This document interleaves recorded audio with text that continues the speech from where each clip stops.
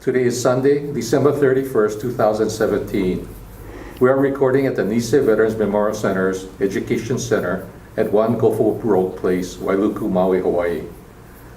Today we are interviewing Mr. David Fukuda. Mr. Fukuda is a member of the Maui Sons and Daughters of the Nisei Veterans, and he's also a board member of the Nisei Veterans Memorial Center. David is the son of 100th Infantry Battalion Commander Major Mitsuyoshi Fukuda. Assisting with the interview is Mr. Troy Hashimoto, our videographer. My name is Leonard Oka, president of the Maui Sons and Daughters of the Nisei Veterans. I'll be serving as today's interviewer. Let us start the interview. Dave, maybe you can just introduce yourself, your name, birthday, place of birth. My name is David Tadao Fukuda. I was born on March 19th, 1944 in Milwaukee, Wisconsin. Okay. Now you can tell us about your family. You can go as far back as you want. Tell us what you want about your family. Yeah. Well, on Dad's side, his father was Kunizo Fukuda from Kumamoto, and Grandma was a picture bride from Kumamoto.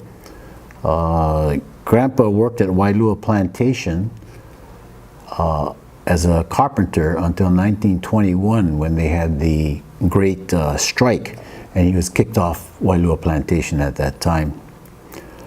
They had to hitchhike and walk into town, and he set up a home in Manoa at first, and then later on in the McCully area.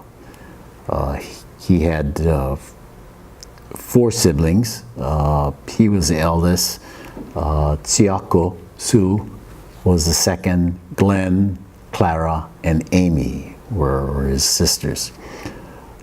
Grandpa died in a planing company accident in the late 30s. Okay. On Mom's side, great grandpa Otoji and Maki Okazaki came from Fukushima. They had family had a 1.2 acre mulberry farm raising silkworms on the Abukamakawa River, going right through Fukushima. There was a great flood, and it completely flooded out the area. The river changed course, and it was completely wiped out at that point. So he looked to come to Hawaii, and he was the first legal immigrant, as far as we know, from Fukushima again. That was in 1897 that he came over. He first went to Kahuku and Eva Plantation, and then escaped plantation, and apparently hid out in the cane at night and walked into the city and hooked up with Mr. Fukuroda Clothing, which people in Honolulu would later know as Goodwear Clothing Store. He then set up his own Okazaki clothing store. Very, very prosperous store right on Hotel Street. Used to make uniforms for the sailors on the inter-island transport. And then the war came and it changed over to Pacific Woolen. They moved out Baratania and King in the Ala area, and it became Pacific Woolen. My grandfather, his son-in-law, took over then with his daughter Kikuyo, and they raised 4 kids: Rio, Barbara, Jiro, and my mother Toshiko.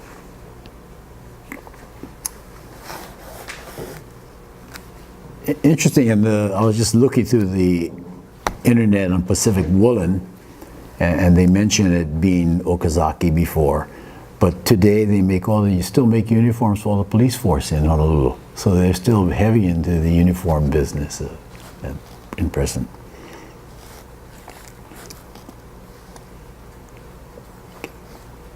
that's your grandparents. Maybe tell us a little bit more about the next generation, your father and your mother. Yeah, Mom and Dad got together, well, they knew each other in college.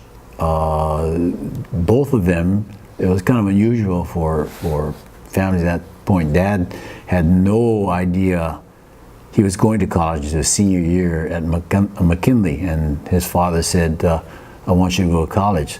So he scrambled to get enough jobs to enter, and the only school he could enter was the School of Ag. So he graduated in the School of Ag, came out, no jobs available in agriculture because you'd have to go to plantation, and they were not going to put a Japanese into a management job. So he went back and went for his teaching degree. It was tough on the family at that point because I said Grandpa passed away during that time in that accident. So Grandma had all these kids to take care of, but she insisted that Dad complete college, and to help he was a member of the ROTC and became a commissioned officer when he graduated. He then went to Kona and taught at Kona Waina in Ag and PE. And then the war started. Pearl Harbor was hit, and he was immediately called into service, active duty. He had to report to Hilo, had no uniform. He had to call Honolulu to have his uniform sent over to the Big Island. And his job was mostly looking out at the airport and the Hamakua coast at that point in time. Meanwhile, Mom was a senior at the University of Hawaii, and like all the high schools, they pushed up the graduation at that point in time. Said, we're going to, all those that are in the senior year, you graduate in January. And so her graduation was in January. So he took the ship to Honolulu and was at her graduation. And then they eloped, very much against Grandpa's wishes. Went down to the Justice of Peace, and then he went back to Hilo. Interesting fact on that, the Royal T. Frank that sank, he went back in the last round trip they made. So the next trip that they made to Honolulu and came back to the Big Island is when the ship was sunk. So got back safely. And then Mom joined him on the Big Island, and then they were called back to Honolulu to set up the 100th Infantry Battalion. Mom went back to school to get her 5th year, and also in teaching, and completed that. So Dad went through that typical steps that we hear about. They went to form the unit, went over the ocean, took a train, ended at Camp McCoy, Wisconsin. Trained there for a year, and then went through his maneuvers in Louisiana. And that's where Mom caught up with him. She was finished with her school and went down to Louisiana and lived with Yuki Kidoka. The Kidokas were married already, and they were good friends. And so they used to travel around and follow the troops. It was kind of humorous because the wives would know before the men knew where the next maneuver is going to be and where they were going. So they would always meet the men there. The one day they didn't get in time was when they were shipped out to New Jersey. And they got wind of it, and both Yuki and my mother took the train out to New Jersey. But by the time they got there, the ship was gone already, off to Africa. And so Mom went to Milwaukee, and Yuki went to Chicago. The Milwaukee one was was interesting because Hawaii was in martial law at the time, so you could not come back to Hawaii unless you had a military job or some job that was important to the government. So she could not go back to Hawaii. Meanwhile, to tell what happened, she was Hapai with me. And she couldn't go to the West Coast because all the people were being interned there, and she didn't want to do that. So Dad wrote to a friend that he had met while he was at Camp McCoy in Wisconsin and said if they had any ideas for where Toshiko could stay. And they said, well, come up and stay with us until you find a place. And so it was the Schneiders, and they took Mom in until she was on her own in an apartment. But I grew up with the family. My godmother is Emmeline Klippel. German family, so I was baptized a Lutheran and raised my first year and a half in Wisconsin. We came back right after the war, so we came back in winter of 1945 after the war was over.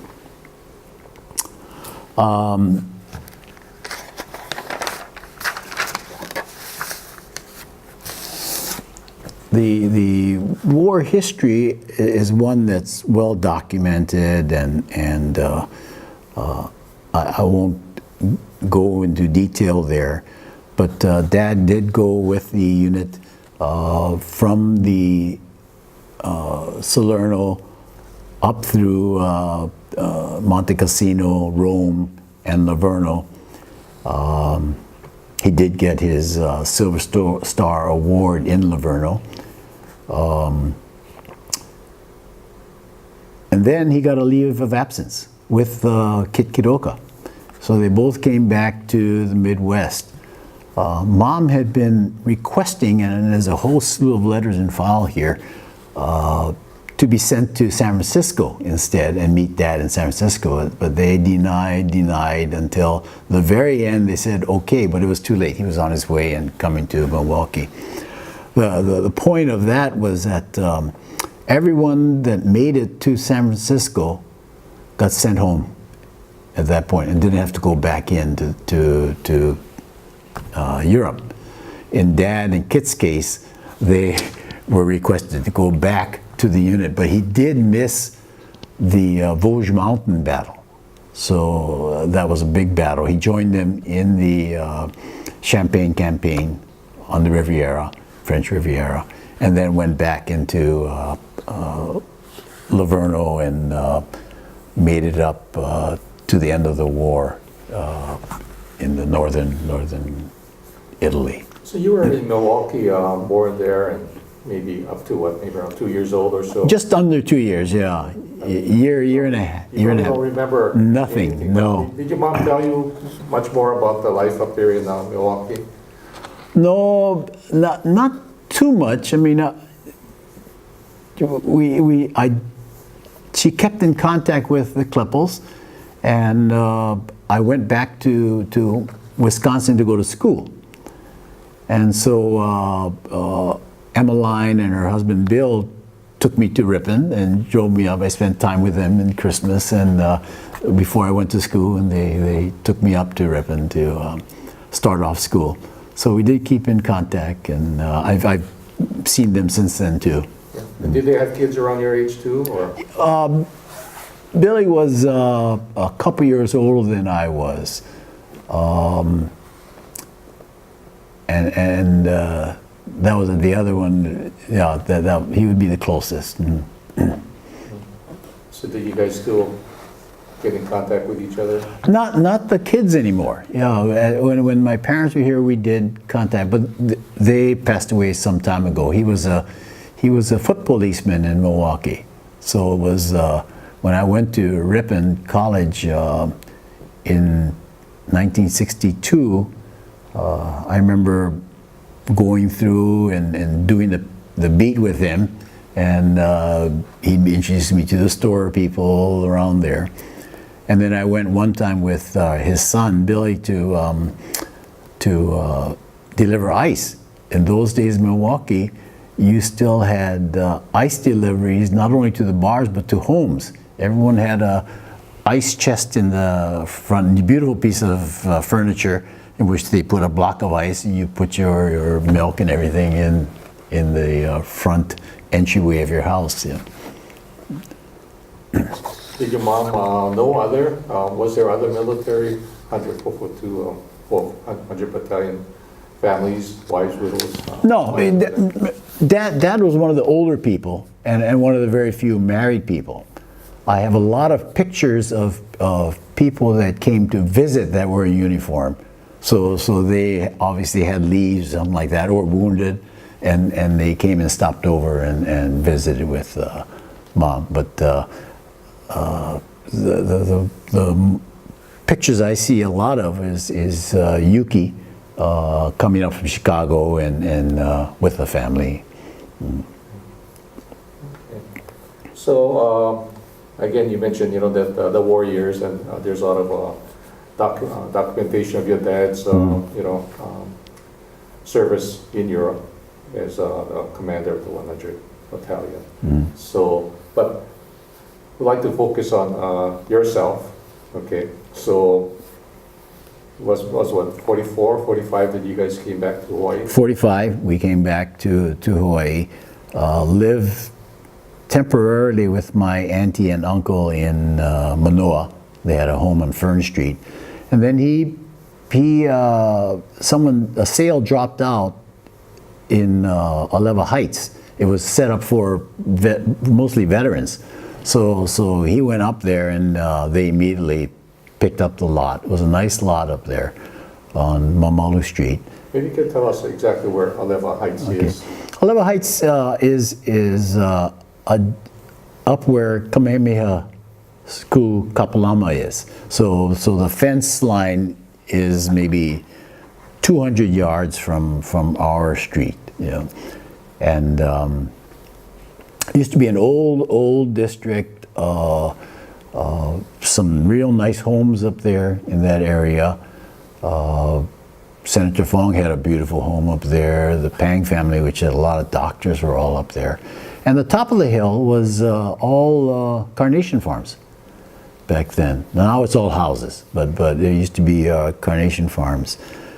We moved in there in the late 40s.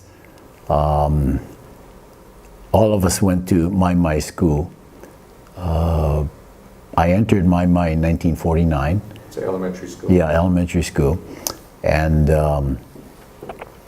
went through all the kindergarten through 6th grade there, as did all my brothers and sisters. I have 2 brothers, Patrick and Dickie, and then a sister that came 8 years after me, and Jean. Yeah. But they all went to Mai. I was the only one that spent time at Kawananakoa, and then went to Punahou from 1957 to 1962. All my other brothers and sisters went to Punahou in their 7th grade year, and then went through high school there. So you guys all went to Punahou, so I'm assuming that your dad and mom were doing very well. Well, mom went back to teach at that point in time. When I was in high school, and so Jean was old enough to, she went back to teach, and she said that allowed them to maintain essentially the same standard of living they had before. Teaching salaries weren't that big, but Punahou was not that costly. When I started, it was something like $400 a year. And when I ended, it went up to $600 a year. So you can see the vast difference in terms of costs versus even teacher salary. So they were able to maintain roughly the same living standard as they had before, because mom supplemented that with her teaching at that point. And your dad was doing what at that time? Dad came back from the war and couldn't see himself going to teaching again at that point. After having gone through the war and knowing working with men that had gone through what they had. He just couldn't face kids that were, completely oblivious to this. But the opportunities were slight. And what happened at that time was Castle and Cook was going through a management change. They were one of the big 5 companies. And instead of just depending on Kama'aina lineage to take over management positions, they brought in a professional management team. And these guys would all be educated in the East. And one such person was Murphy. And he, I forgot where he went to school. One of the Ivy League colleges, and he was the human resources, in those days industrial relations head, and he offered Dad a position, and so Dad took on that position at Castle and Cook, went on to Castle Cook Terminals, and then went back to the main office and became the first Japanese or Asian vice president of Big 5 company at that point, and retired there, I think after 35 years of working. It's kind of, he did all of the union negotiations and all the IR, the benefits programs for the company, and they were pretty wide flung. By that time, they had the Dole name. So they had bananas in the Central America. They had mushrooms up there in the Pacific, and they had Mililani at that point. So pineapple and sugar were the main units that he had to negotiate with, but there were a lot of negotiations. What is ironic is that is the same company that kicked his father off the plantation in 1921. So he then became the IR director of that same company. Yeah. So in your younger years, you mentioned going to school at Punahou, but maybe just Hanabata days, maybe tell me what you remember, that maybe whether it's friends, neighbors, games, anything you want to say about your young days, a little. Yeah, those were great times. We played football a lot, basketball, because we had an area in the back of our yard that we had a hoop, and so all neighbors would play there. I guess baseball was the only one we were backwards in, because we lived on a hill. So you miss that ball and you're chasing the rest of the day for that ball. I was always amazed because my cousin Alan Tamayoshi lived in Maui, and he was always so much better than us in baseball, hitting, throwing everything,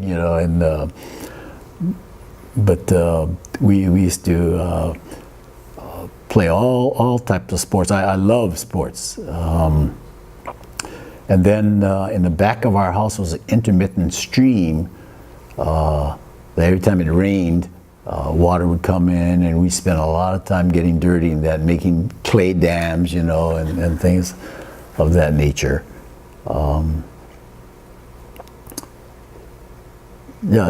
about some friends and stuff? Do you remember some fond memories with some friends that used to come over to play basketball? Oh yeah, all the neighborhood kids. And the odd thing is that Honolulu is in such a flux then that everyone went to a different school.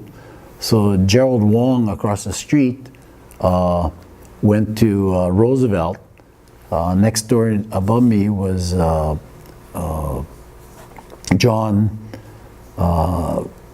Kobayashi. He went to Iolani. Right down the street was the Look Boys. They went to McKinley. And then right behind us was a family that went to Farrington.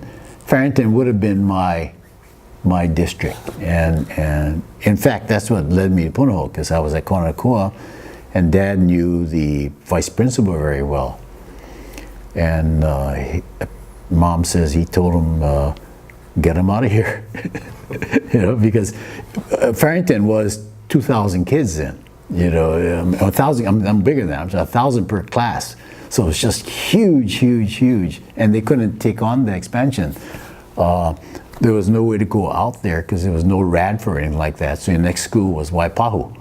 And so it was McKinley, Farrington, and then you're in the rural district. So they really had to take on a tremendous load in terms of people there. Yeah. Yeah. What else do you remember about the young days? Again, for a lot of people, those are the good old days. We you know, it was playing. It was just a lot of playing. We used to get football and basketball leagues, church league. We used to, there's a Chinese league that we played in. Any place we could pick up a game, we would go and play. A lot of times at the a beach, Ala Moana, but Sans Souci was our favorite. I remember we just had that speech at our annual dinner, and she was talking about the natatorium, and we used to swim in the natatorium and Sans Souci next door. And I remember Dad taking me to meets there, and I would see Ford Kono and Dick Cleveland swim in the meets there. Yeah, a lot of picnics. Everyone made their hibachis and cooked down at Ala Moana Park and Sans Souci, and they had the big fairs back then in Honolulu, the 49th State Fair, it was called then. We were anticipating to be the 49th state, and so that was what the fair, annual fair was. And that was a big event with big entertainment there. My neighbor was another person that we see in the history of the 100th 442 MIS, was Ralph Yempoku. And Ralph was head of the VVV at that time, and then when he came back after being with Merle's Marauders, he became a promoter in Honolulu. And with Sam Ichinose, he was a boxing promoter, and he used to bring in all the roller derby matches and wrestling and boxing. So he would take us down. So I remember going down to the old armory, it's no longer there, right across Iolani Palace, behind that Iolani Palace there, and watch Carbobos and train there. We'd go to a lot of roller derby games he'd take us to. And that kept some interest for me in that. I remember one of the first dates I went with Judy was to take her to a boxing match in the Civic Auditorium. Was Stan Harrington, and Sugar Ray Robinson was still fighting there. But other than that, you mentioned that Alewa Heights had a lot of military veterans coming back and had opportunities of buying houses over there. As a whole, with the 100th Battalion, did you attend a lot of the functions? They must have had a lot of parties. And good so question, yeah. I remember attending some, but I was so much older than all the other kids. Most of the boys came back and started their families after the war. And so, you know, I'd run into people born in 58 and mid-50s, and here I'm 10 years older than them. So I do remember a few picnics we went in when we were young, but we outgrew that pretty fast. We were older than most of the other kids. We did, those at our age, we kept in contact with, like the Kitaoka boys. Chris was a year or two younger than me, and Lloyd and Rodney were young kids. They were living in Kamiki, so we'd visit them. And I remember Dad, and a lot of the 100th men were interested in flowers, orchids. And so they had the Green Thumb Club. And every year they put this tremendous show out, sales show in the clubhouse with all their orchids. And Dad even propagated one named after my sister Jean Tomie Fukuda. But yeah, that was a big thing for them. He also just loved plants. I mean, I remember him coming back from a trip on the mainland, and we all had to go down to the ag station because he had brought them in with dirt. So we had to go and wash out each one of the plants. And at that point, it was ivy, I think, he was into. So he had about a dozen different varieties of ivy and was propagating them. But we had on our house, our lot was, I guess, pretty big for those days. I think it was about 8,000 square feet. Yeah. But he managed to fit in there 2, 3, 4, 5 hothouses in that, and raising mostly houseplants. You know, the different ornamental houseplants you keep in there, but also orchids and ivy and different things. And each one of the boys, the 3 boys, each had a hand pick. And so anytime anyone wanted to have their house landscaped, Dad would volunteer and take us there with a truck full of plants, and we would be digging holes and planting them in the yards there. Yeah. So before he went to college, Yeah. because he majored in ag, yeah? Mm-hmm. So he already had an interest in ag, or is it he blossomed after taking? I think it blossomed after, but he, I remember, you've seen the tropical book on plants. It was a big book like that, and he'd have that in the bathroom. And he knew all the scientific names of all the plants, and that was his favorite reading, you know, just going through that, all the different plants. Probably my brother, he was an ag major, and I know he had a really big... Yeah, the picture one, yeah. It was a famous book, yeah. Yeah, that's great. Mm-hmm. So maybe you can tell me a little bit more about your siblings. Yeah. Okay, well, Pat was 3 years after me. Got away with everything, I thought, because he was younger. When he went to college, it was lucky because '59 was the day of the year of the jets came into Hawaii, and so we all got to fly on jets instead. I did fly before to the mainland and spent a month up here in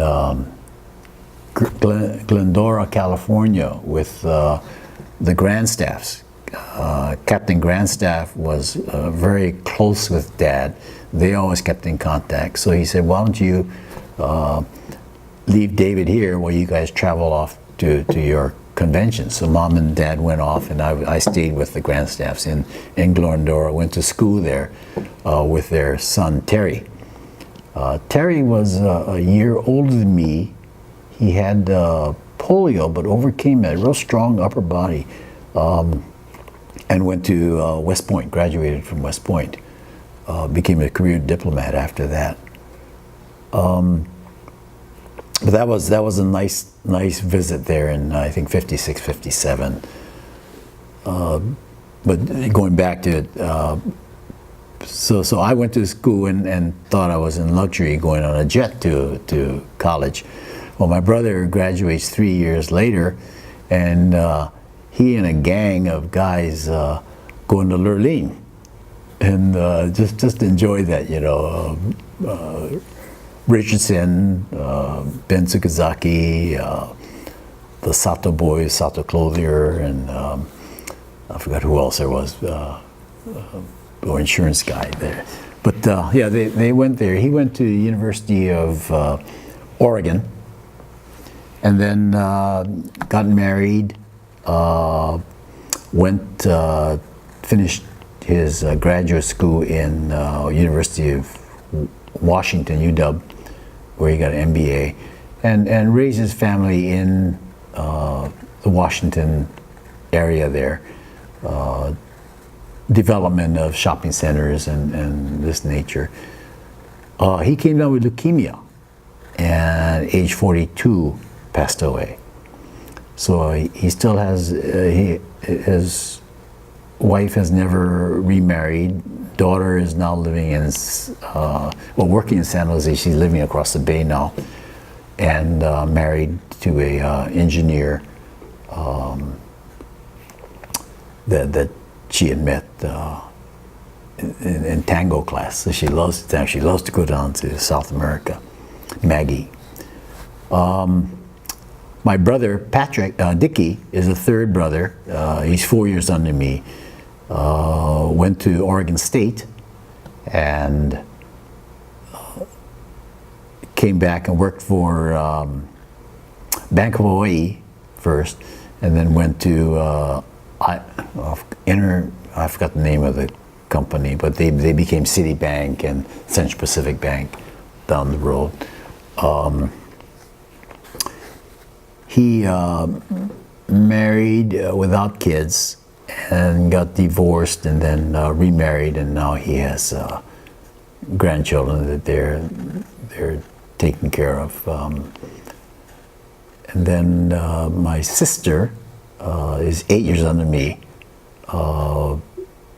Went to Swarthmore, and then it was a tumultuous time. This is a Vietnam time, so she was lost. Went to Canada, traveled around on bicycle and backpack around Europe.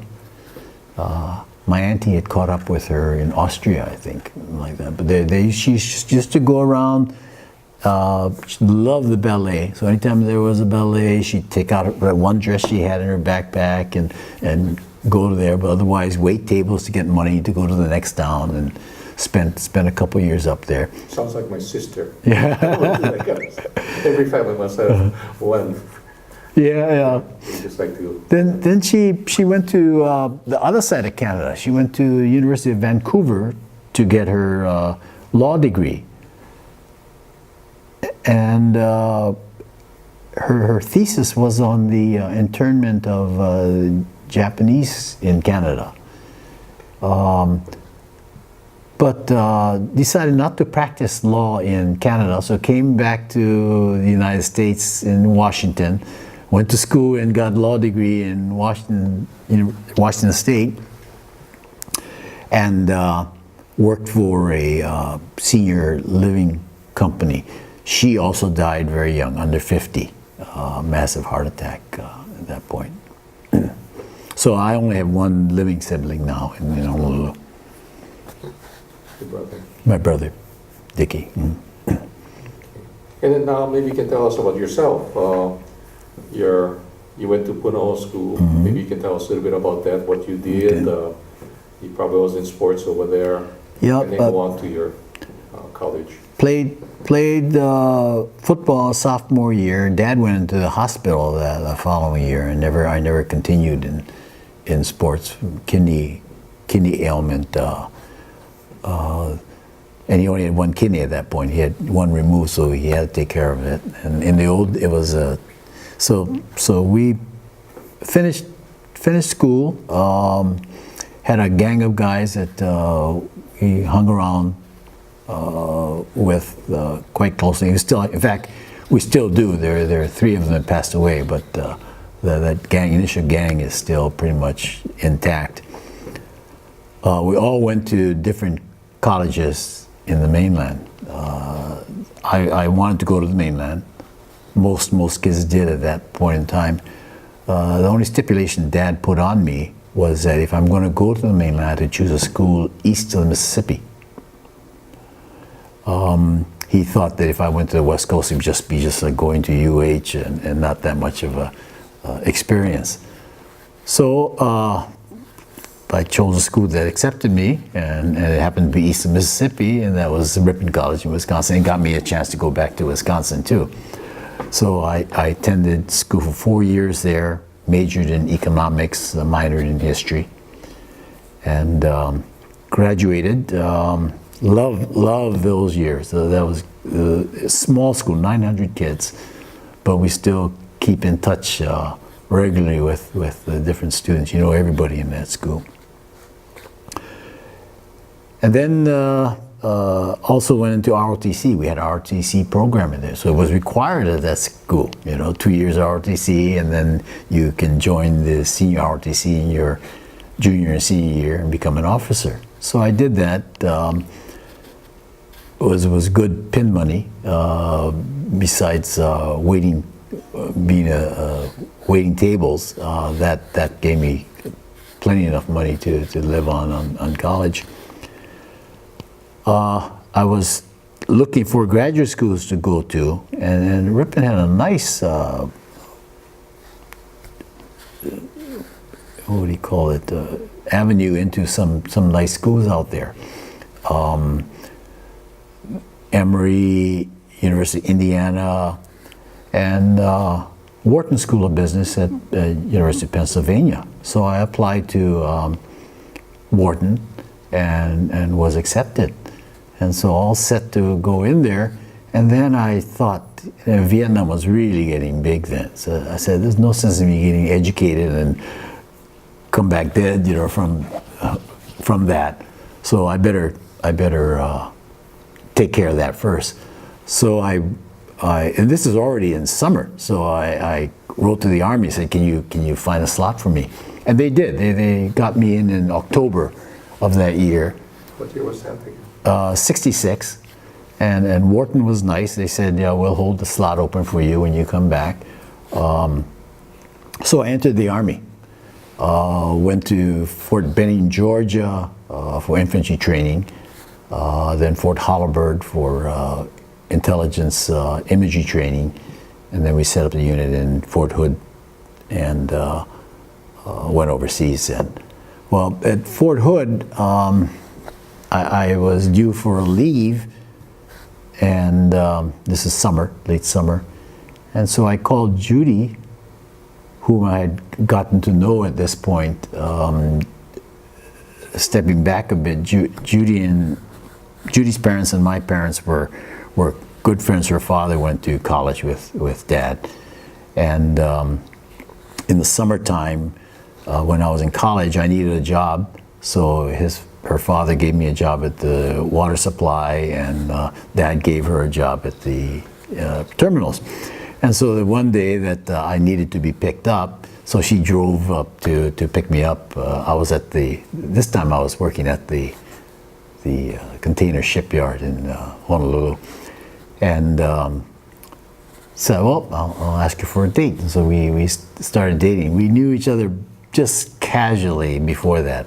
So we started dating, and this is in our junior year, and so we're pretty much attached to that at that point.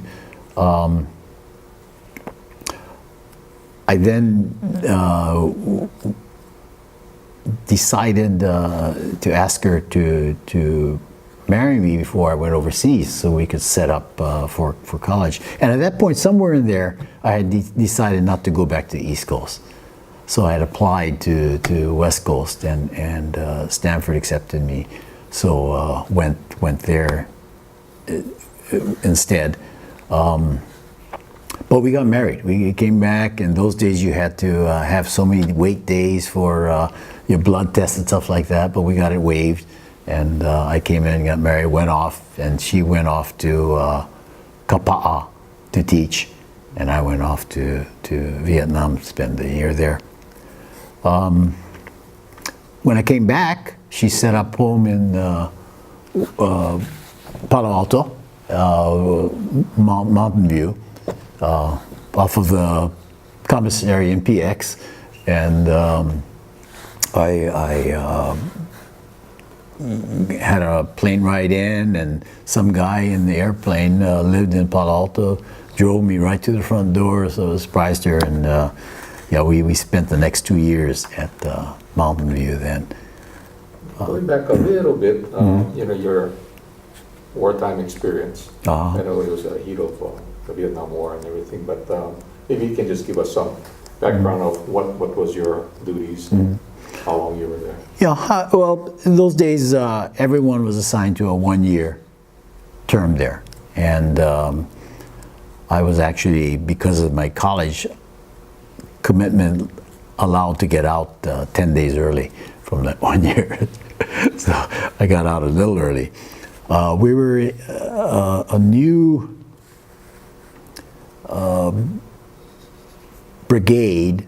When I first got orders to set up this unit in Fort Hood, I was attached to a heavy armored division. When I got there, we became a light mechanized infantry unit. By the time I left, we were a light infantry brigade. And so we went over as the infantry brigade.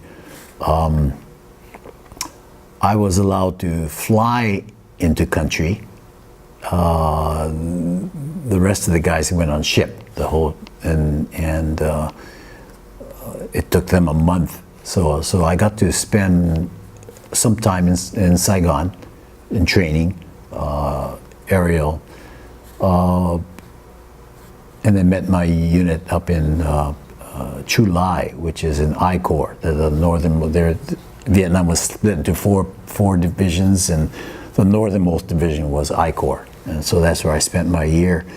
I was supposed to be an image interpreter. That's what I was trained to be, and so that's what we went down to Saigon to train in.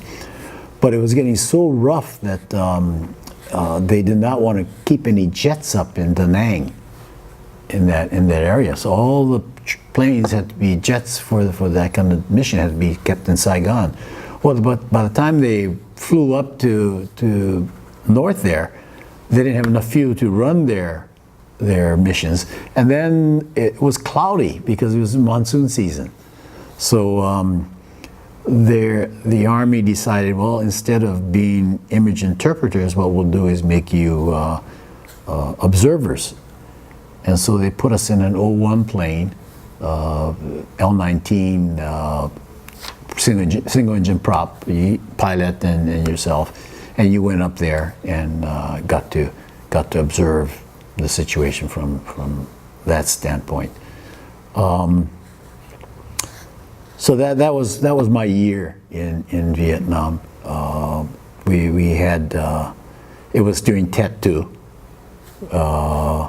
So we had some real surprises at that time. But I also got to see a beautiful part of the country. I got to see the old French plantations. We got to visit Special Forces camps because we could take those short runways. Got to see island off the coast, Coulray there,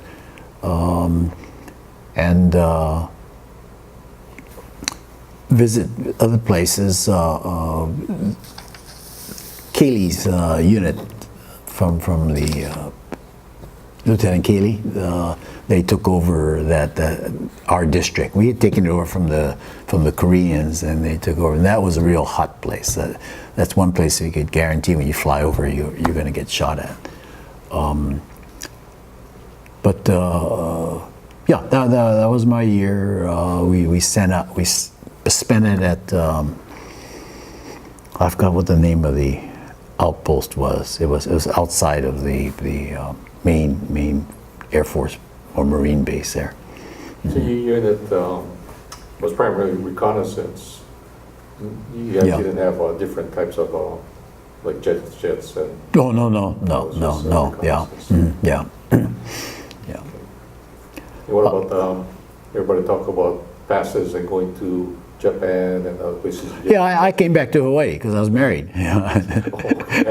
Yeah. And so we came back to Fort DeRussy, and then we went to Kauai, of course, and then spent time here. And then the next time I saw Judy was in Palo Alto. The busy years came after grad school. Grad school was nice because it was the first time we lived together. Relatively free to travel around. We drive to different places, see the football games. This was the Jim Plunkett years, so we had some real good years there. O.J. Simpson was on the other side, of course. But Again, this was at Stanford. at Stanford, yeah. But enjoyed it. Judy worked at the social psychology department with Phil Zimbardo at the time, and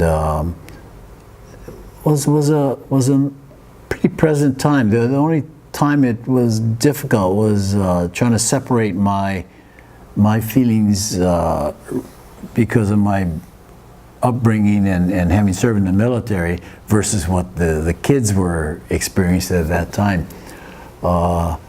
They were angry. Cal was getting all the news and they weren't getting anything. And so finally, when they first got smoke bombed by the police, they came back to the campus just so happy, that they got recognition for that. There was one instance where I remember they boycotted the School of Business because we had ties with the Stanford Research Institute, I guess. And so they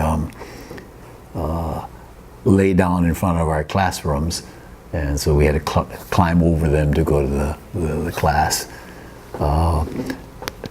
When we first got on campus, I remember we had to take off our stickers and everything off our car, which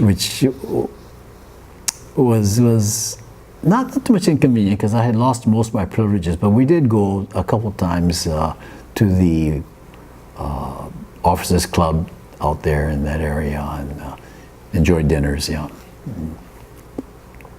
But yeah, Stanford was nice. Joined with the basketball guys there in the intramurals, and Mapes Pavilion was just starting, so we got to see the opening where they played UCLA and Lou Alcindor. Just got creamed at that time. But good fond memories of that period. Then I applied for a job back home. It was still in that position where Hawaii was in the backwoods. So if I wanted to be a CPA, for instance, I could get a job. This is 1970. That would pay about, I forgot what it was, $1,400 a month, which was pretty good back then. Anywhere on the West Coast. So you choose your city, California, and then I did an interview with a few of these CPA companies, Oregon, Seattle. The same offer in Honolulu was $700 a month. So they were not on key at all. Even the cost of living were still higher in Honolulu at the time. I was brought in by Crown Corporation. Bill Fuller was a Stanford MBA graduate about 5 years earlier.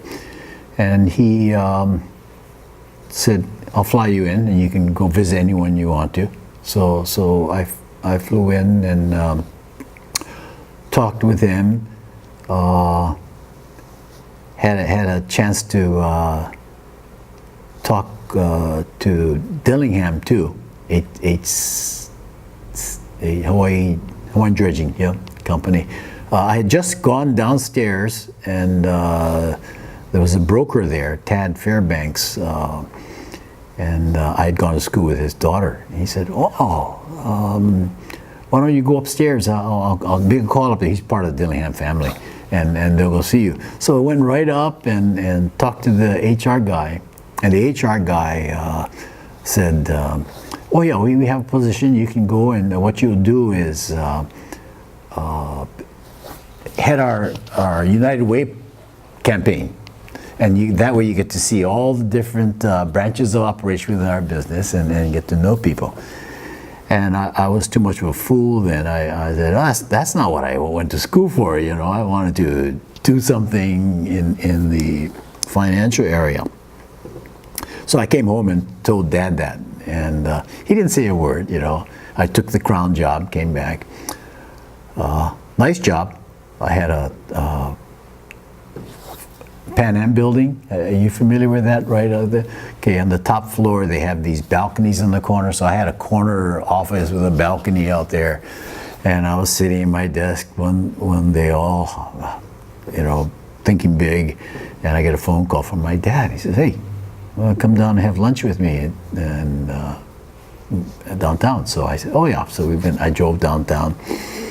And he says, "I volunteered to be head of the United Way construction campaign and want you to head up the painting sector for me."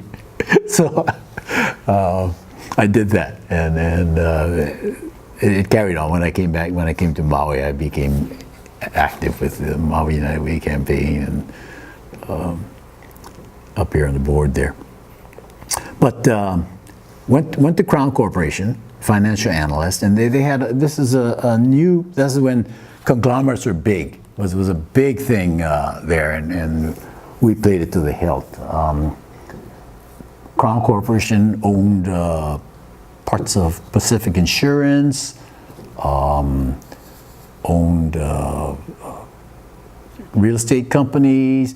They owned parts of American Security Bank, the HT&L at that point, and companies, Honolulu Roofing Company, Hawaii Hotel, Kamehameha Garments, the Dodge dealership, Spengler and Sons Liquor, RMT. So all these different conglomerates that we ran. So Crown Corporation was a Hawaii corporation. Hawaii Corporation, that's right. Yeah, Larry Lau was the head of it. He was part of that original Finance Factors group with Senator Fong, and well known in the banking community. So worked there, and after a year or two, I was getting disenchanted because my job was financial analyst, and all I was doing was criticizing companies, you know, saying, "Oh, this is wrong with your ratios, that's wrong." So I wanted to do something down at the operating level. So they sent me to Honolulu Roofing Company, and I became the controller of Honolulu Roofing Company. Tommy Rito, who was the manager of the Maui branch, went on vacation, so I went up there and spelled him for a couple weeks, brought my family up, and we stayed in Kihei. And then about 6 months later, he says, I'm going to quit. So I asked the boss if I could take over the position there.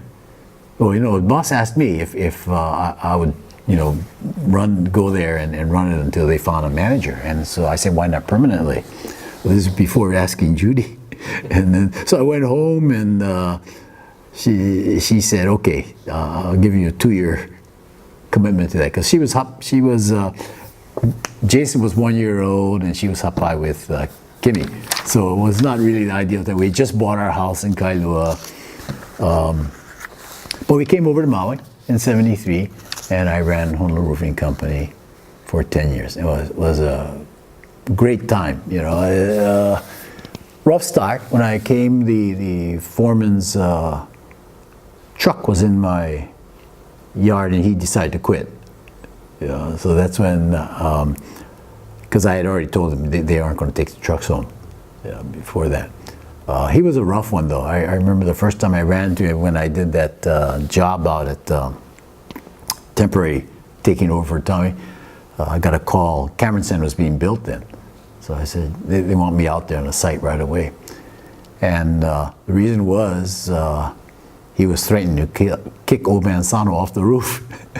And so I had to calm him down and settle that. It was a different kind of life, you know. Really enjoyed it. Really enjoyed the boys there, and we set up a pretty substantial retail operation too during that time. So very, very profitable operation during those years. Can you remember some of the bigger jobs, the major jobs that you guys? Yeah, the first job, big job I came here was Kaumana Shopping Center. We did the waterproofing. Most people don't know that underneath Kaumana Center, the whole way is underground storage. And so we had to waterproof that whole downstairs area first, so that we used Jiffy Seal on that, I remember. And then I did all the tile work on the roof. And that was the largest tile job in the state up to that point in time. Ludovici Celadon clay tile. And quite intricate. So Honolulu was a general contractor, so they had different... But we were a roofing contractor, but we had also flooring, ceramic tile, waterproofing, shakes. We had different divisions within that specialty, within that operation. The roofing. Yeah, right, part of that, yeah. So from that side, we were the largest roofing contractor in the nation because we had $10 million of volume at that point in time. But it was with all these other parts of it. Roofing was the biggest, but we had all these different parts. So I used to mostly do ceramic tile flooring and roofing. Roofing was by far the largest operation here. And then we got into the retail business, and that became very big for us. We would hold classes and sell tile, and it was amazing how little things can affect you. You know, the key thing I had was I forgot what it was called, it was a special telephone line that you could call anyone in Honolulu from Maui at a set price. You pay a monthly fee and you had that. And my biggest competitor was AmFac. And AmFac would only communicate in Honolulu with their teletype. So it'd take them a whole day and a half to get the communications back and forth, where mine was a telephone and I would call, Morera or any of the supply companies there in Honolulu, get the answer and get the goods back. So it just, you cannot believe how something so simple can give you an advantage in that. And I used to go to the convention every year and find out new products and items like that in the country and be able to bring that here. And it was really a nice time. I became involved with the Home Builders Association, the Arizumi Brothers then, and was president of the Home Builders at one time. And involved, I set up the first, Jimmy Oy asked me to have a contractors show. So we set up the first Maui contractors exhibit. That would be in the 70s sometime that we did that. So is that the same one that's still going on today? Yeah, much bigger now, of course, yeah. But yeah, we had ours in the old armory next to McDonald's. The first 2 years, that's where we had just tabletop exhibits, yeah. But again, I had my telephone, so I could call all the vendors from Honolulu, and they'd all come up and participate. Was that Watts line or something? It wasn't a Watts line. It was in. I forgot, something like that though. Yeah. I worked for roofing for 10 years. We had new owners that came in. I offered to buy the company.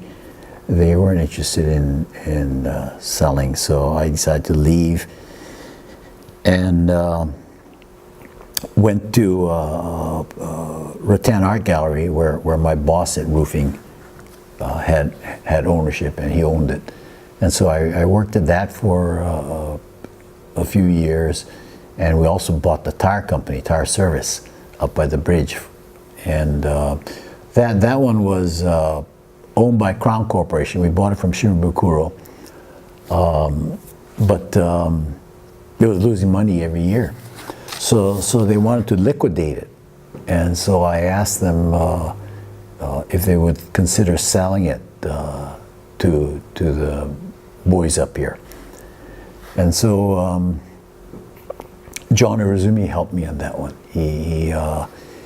I told them, well, what we'll do is we'll give them, they were under union contract, give them their separation pay. And with that, they can buy stocks. And if you have additional money, they could buy more stocks. But Judy and I put in the bigger share of the money there. And we bought it from Crown over that time. And then 6 years later, we sold it to Surfco. Yeah, so Surfco has it now. We used to buy tires from Surfco. They used to be the Bridgestone distributors then. And every single Toyota car came with Bridgestone back then. So it was nice. And we had a Goodyear, Goodrich, BF Goodrich line too, which was good for trucks. So yeah, from roofing, I went to tire service and rattan. And then Hopeco came knocking and needed a manager. And so I went with Hopeco at that point and stayed with them for 10 years as manager of Hopeco.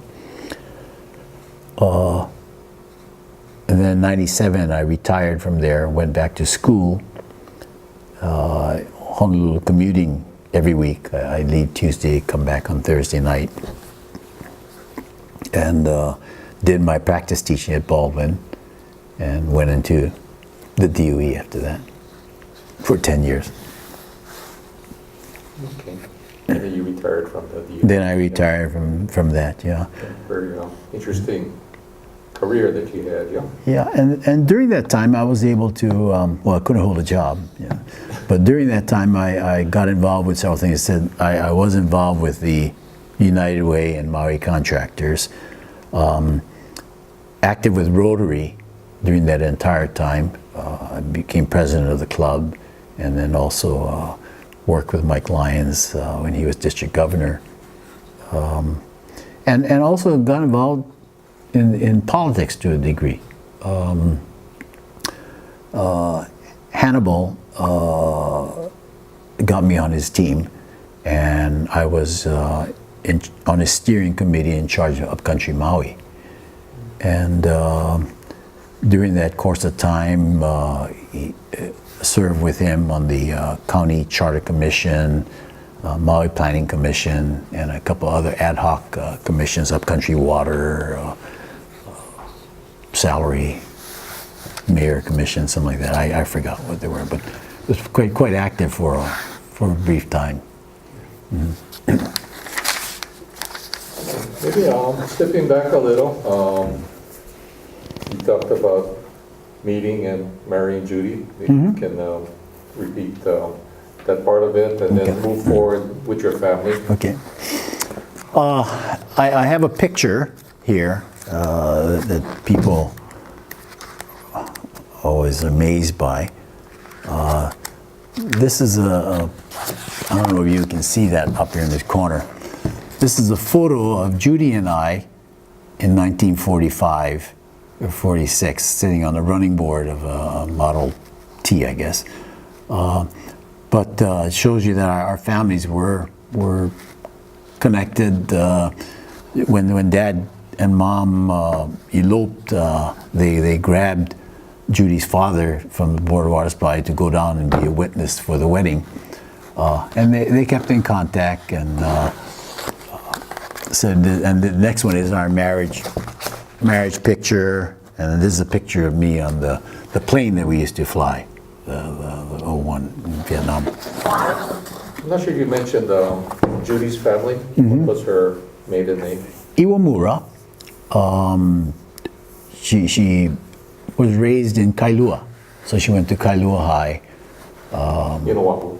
On Oahu, yeah, on the other island. But this is a pre-poly highway days, so it was sticks, really sticks. And in fact, yeah, there were times when I had to just crash at her house because it's such a long ride out there,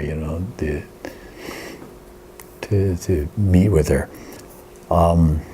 Maybe you can tell us a little bit more about Judy, your future wife. Yeah, she went to Kailua, then went to the University of Hawaii, graduated, and in teaching, and then went through that master's program they had. So she had a master's degree in teaching. And then when I went off to Vietnam, she went to Kapa'a and taught there for a year. When we came back to Hawaii, she taught at Kaimiki High and was about to get a permanent position when Jason came. So she dropped out of the market at that point and came to Maui. And when Kimmy was about a 8th grade, I think, she went back into teaching. So she's been teaching ever since until she retired a year before me at So before she intermediate. dropped out, she was already tenured with the DOE? No, Oh, no, she before- wasn't. Yeah, she wasn't tenured. We've been married 50 years now. And on Maui 44 years, so the 2 years was extended quite a bit from the initial plan. But she's loved it on Maui. When we came to Maui, you have to remember that this was a real. I said I was doing the Kaumana Shopping Center. I also did the flooring of Woolworths, and so that center was just starting. You know, It was Sears was out of a one-room catalog office there, and so we had to go back every quarter just to see the city. You know, she wanted to visit family and also see the city.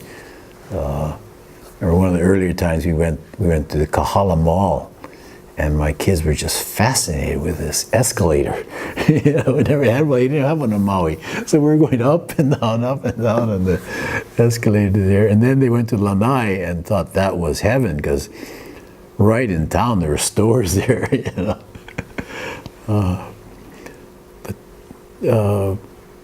Maybe you can tell us a bit more about, I guess, your kids. Yeah. Jason graduated from Maui High. In band, he liked band, played the French horn, and in his freshman year at Maui High, in those days, Maui High's Kula school went up to the 8th grade, so you did not have the advantage of having algebra and those things. So he went to Maui High without that, and but wanted to be an engineer. But he loved band, and so he couldn't get a lot of these courses like the advanced math or drafting. He didn't take, but did enough to get by and get accepted. He chose as his primary school Vanderbilt University, which is in Tennessee. And my last brush with the South was when I was in the Army. And I had a brush with the South when I was in college, because we drove down one time and went to Fort, I forgot what, Daytona Beach. And on the way back, Selma happened, so we had to bypass and stay away from Alabama and make it up. And then when I went to the South in Georgia, very much segregated yet. I bought my car in Atlanta, and the city was still very much segregated. Took my car to New Orleans to get it shipped, and all the blacks, only blacks in the restaurant are behind the cooking line, and all the people in the bus stop are outside, and there's a sign there saying no blacks allowed. So when he said I'd like Tennessee, and he chose that because of the Lahaina Classic.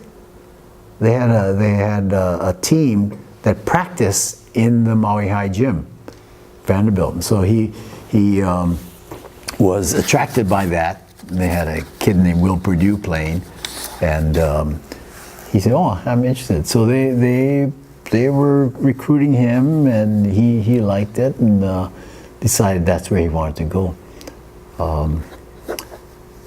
Very few people from Hawaii had gone there.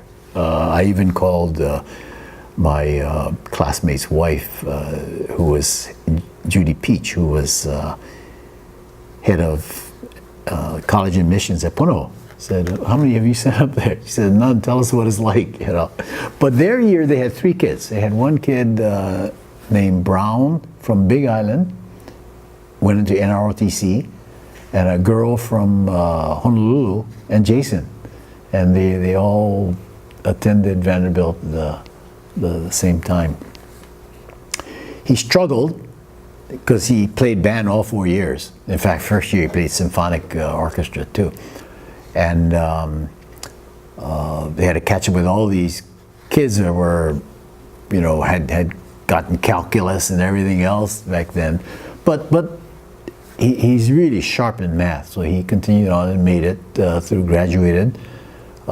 Then decided he wanted to be a structural engineer, so he went to North Carolina State and got his structural degree from North Carolina State, and then looked around at jobs, offerings in North Carolina, in Birmingham, Alabama, and Nashville, Tennessee, and decided to go to Nashville and work there. So he's worked at 2 firms there. This is the second firm. I think he's been there 15 years now. He's now a part owner of the firm. It's a large firm. I think they have 800 employees total in the nation, 400 of whom are in Nashville. And he's in the structural division, head of the structural division. They do primarily medical buildings. So he has licenses throughout the country, and they build medical buildings, design medical buildings throughout the country. And that's a good market. They're a very, very strong area to be in. It's a specialized area, yeah? Yeah, a specialized area. Mm-hmm. Kimmy, and then he married a girl that was the orthoptics in Vanderbilt University, Vanderbilt Hospital, from Colorado. from Florida initially. She came from New Orleans, and they have 3 kids, 10, 9, and 4. Maybe you can give us the names of your daughter-in-law and your grandchildren. Okay, yeah. Neva is my daughter-in-law, and the grandchildren are Alana, Brennan, and the baby is named after his grandfather, Mitz. So he's Mitz Fukuda. Yeah. On my daughter's side, she went to Wisconsin, Appleton. I have very good friends that I had when I was in college there, and they lived in Appleton. So I asked her what it's like. She was wholeheartedly supportive. So they took care of Kimmy during those years there, attending Parents' Day, and even giving her a party at the end, graduation. She left in '95. Spent one semester overseas in England, so we all went there to join her then. And went to Wisconsin, to Milwaukee, because her boyfriend was going to go to engineering school at University of Milwaukee, engineering. Terry is his name. He graduated from UWM University of Milwaukee Engineering with a double degree, history, I think, or science and engineering, and then got his master's at University of Wisconsin. He's been working lately, the last ever since they moved, with defense industry north of Grumman, and has moved very well up there. He was in their leadership program, so they were going around every 6 months to different locations with 2 kids in tow, but they gave them furnished housing, so forth, just so you could know the company. And now they're in Colorado Springs. Kavika is a freshman in high school now, and Chloe is in the 7th grade. So they're in Colorado Springs. What does Kimberly do now? She's a housewife. She never went back to work. She did when she started in Milwaukee, selling for Verizon. I forgot who the name of that arm was before. It was AT&T Networks, and she was selling telephone systems and doing very well. I mean, this is 1996 or so, she was earning 6 figures already. You know, just doing very well. But then ever since they started having kids, she stayed home. So her degree was in English literature. Yeah. Oh, interesting. Yeah. English too. Exciting. It was interesting, and yet when I went to University of Hawaii for my schooling, one of my professors at education was talking about her daughter, and her daughter was an English lit major, and worked for the Olusen Technology, worked for the same company in the same field, sales. So they may have been going after that type of background, you know, because I didn't know what she was going to do with the English lit major, but worked out perfectly, you know. Anything else you want to say about your immediate family? Well, no, except this move that we're going through is partially because of the fact that they are living in the mainland now and getting older. Every summer we have the luxury of bringing them into Maui and spending the summer with us, and they are going to miss that sorely. Kavika has been here, he's what, 15 years old, I guess now, yeah.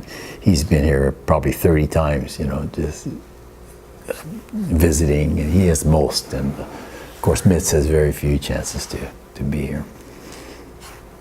Well, I know how organized you are in your travel plans, so I think everybody told you, make sure now you have to add Maui travel plans every year, maybe 2 or 3 times a year.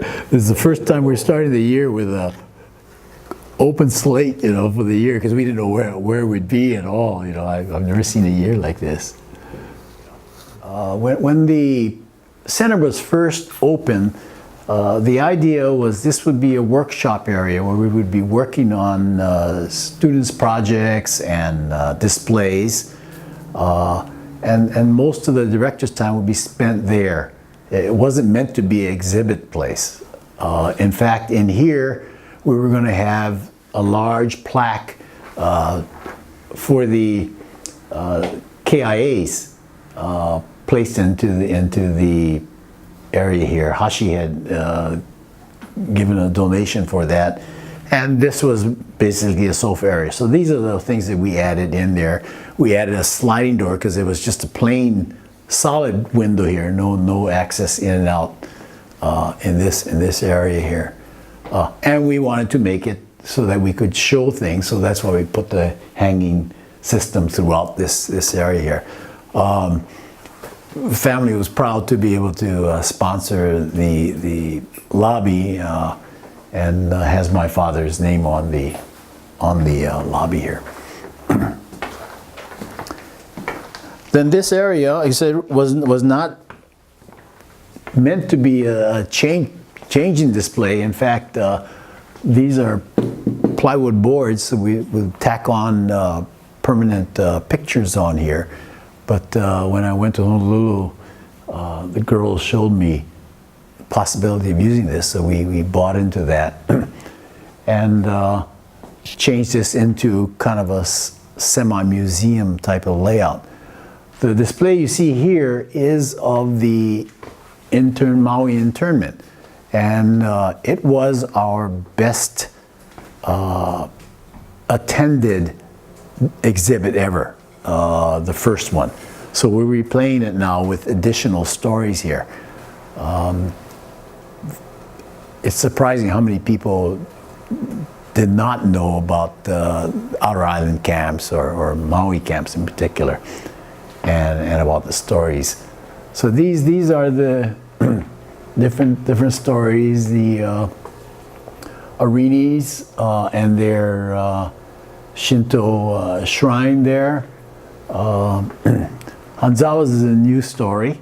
The brothers both being put away in camp. So you see right here all of the different people we had in here. That's my mother's uncle there, Shichiro Haga, with Auntie Haga here. That's him up in Haleakala. And again, another happenstance there. There was a lady that came in from Hana and said, I was with them on that hike. She had come from Japan, and there was all the guys going up there. She convinced them that she just came from Japan, was strong, could walk, and so she went up there with them. On that hike, she said the shoe store owner in Wailuku, as well as the owner of the hotel here in Kaului were on that hike also, Mihos. This part of it came about because of Gail Okawa's research book that talked about families who lost their loved ones in battle. And there's 7 of them in Hawaii, and 3 of them are from Maui. So we traced back to find out as much as we could about the stories, and got information from each one of the families. So there'd be the Murakami family, Hota family, and the Maihara family. Maihara we were already in touch with, but that's the third one here. So that basically is our internment exhibit this time around.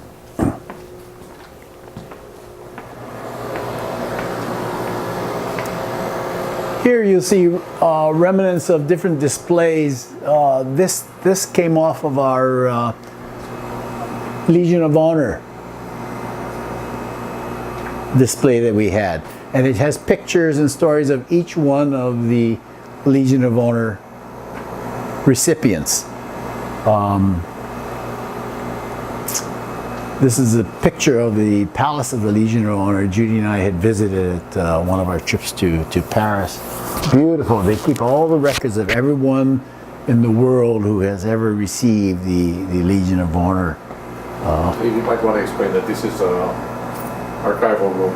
Oh, okay, yeah. This, okay. Yeah, that's right. This is the archival room back here. And these were all done by Deborah Lumpkins. She did all the work and donated all the panels. Amazing job. Yeah, Kyle put together books on each person. This is Kyle Watanabe. And he followed through with additional photos and letters.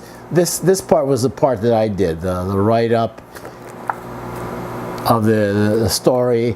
And then the application for the award.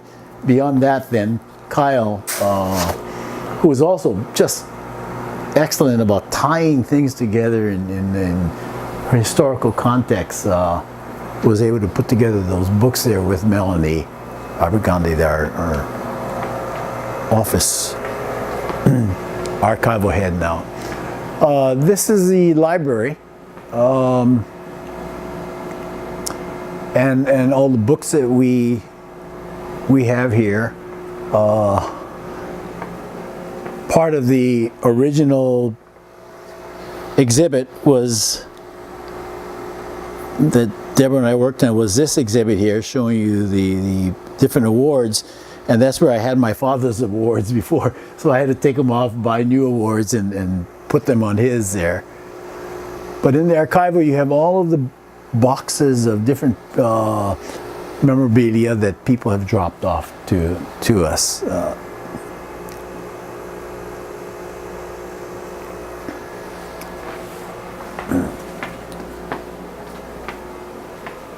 You have here the posters that we got from the 442nd. This one happens to be the Po Valley, which is the end of the war. And it ends there at the top there. You can see Task Force Fukuda. That was the only task force named after a Japanese officer in the war. He led a task force, and it was the end of the war. That when they took Aula, that was the fall of the Germans in Italy, and they were able to free that city. This is architectural files that Earl Kono donated to us from his firm. They don't use this anymore. Everything's on computers, so it was perfect for us to put our displays on there. Shows some this is a picture of my father. This is a picture of Ula, which is that last town that he went into, and I visited a few years back.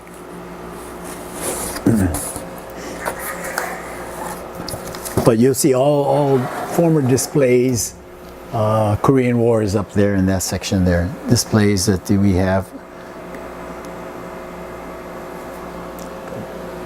Oh, this is a file that we keep all of the oral histories of the various people that we made take oral histories of, and then we have another file where we have just the file, informational file of all the 100th 442 MIS people in here. Whatever records they were able to submit to us, like their DD-214s and other information. And then we have the same one for the Korean War veterans on that side. I want to thank David Fukuda today for sharing his story. It's a very important story for the Nisei Veterans Memorial Center and Maui Sons and Daughters. Dave has been so instrumental in the historical educational programs here. So I wanted to have him interviewed to share with everybody his story. So on behalf of the Nisei Veterans Memorial Center and the Maui Sons and Daughters of the Nisei Veterans, we'd like to thank you, Mr. David Fukuda, for allowing us to conduct this interview today. Thank you very much. Thank you. So just doing a group photo over here. This is our small crew, and myself, I'm the interviewer, Leonard Oka, president of the Maui Sons and Daughters of the Nisei Veterans. I'm David Fukuda, the subject of the interview. Troy Hashimoto, the videographer. So I want to thank everybody for their service today. Thank you very much, Troy, because I know this is a Sunday, New Year's Eve day, so everybody's busy. But we're very happy that we got Dave's interview in today before he leaves. These are good. Thank you.